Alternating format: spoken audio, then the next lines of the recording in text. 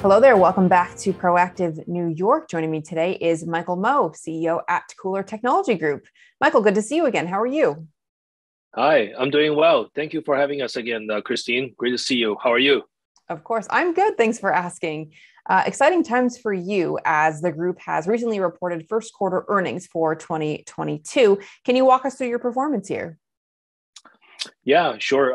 It was a very exciting quarter for us from a product perspective.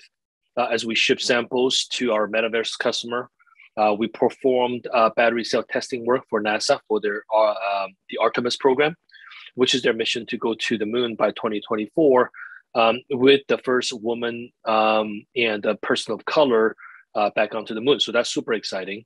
But from a logistic perspective, it was a challenging quarter for us as we encountered some supply chain disruption issues due to COVID lockdown in China, like many other companies.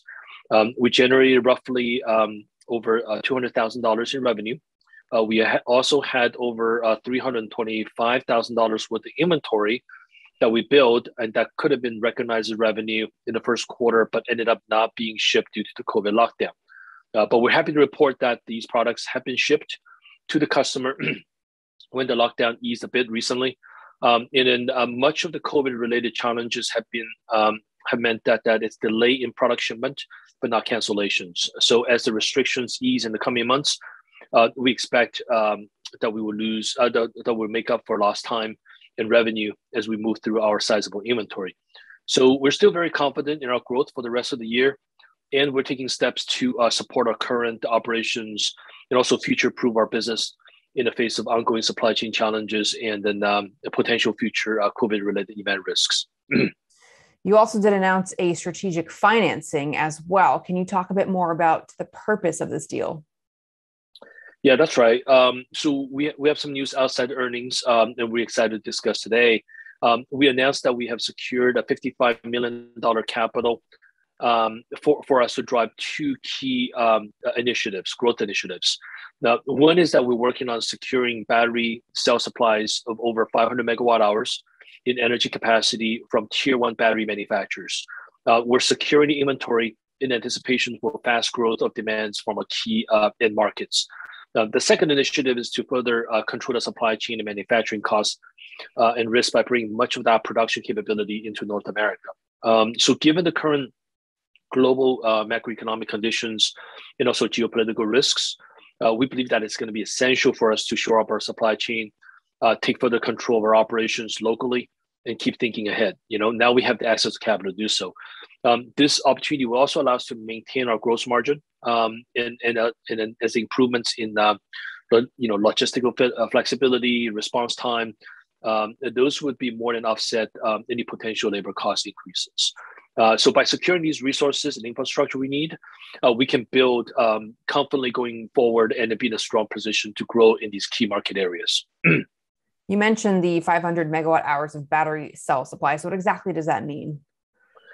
So for those who are a bit more knowledgeable about battery cells, 500 megawatt hours is equivalent to over 40 million lithium-ion battery cells.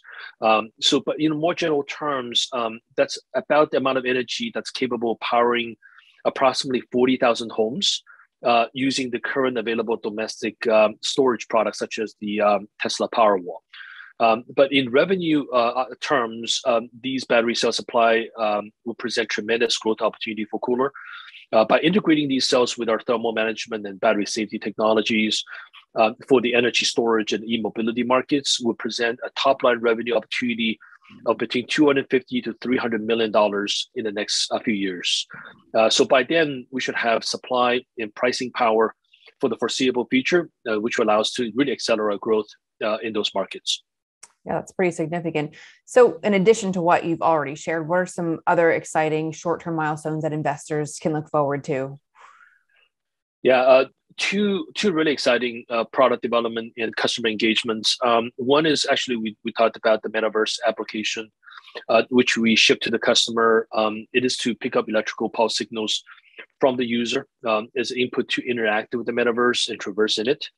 This really creates a brand new dimension of interactivity with the metaverse application that includes virtual reality and augmented reality. we expect to further build out this product with the customer in the near future.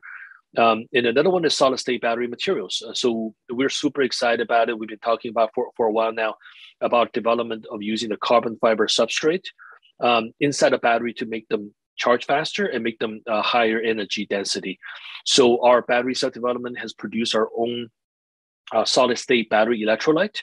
It's in sample stage right now. We're doing a lot of work on it. We should think can be a commercial product in the second half of 2022 for sale. So those are near-term, very exciting milestones and opportunities for us.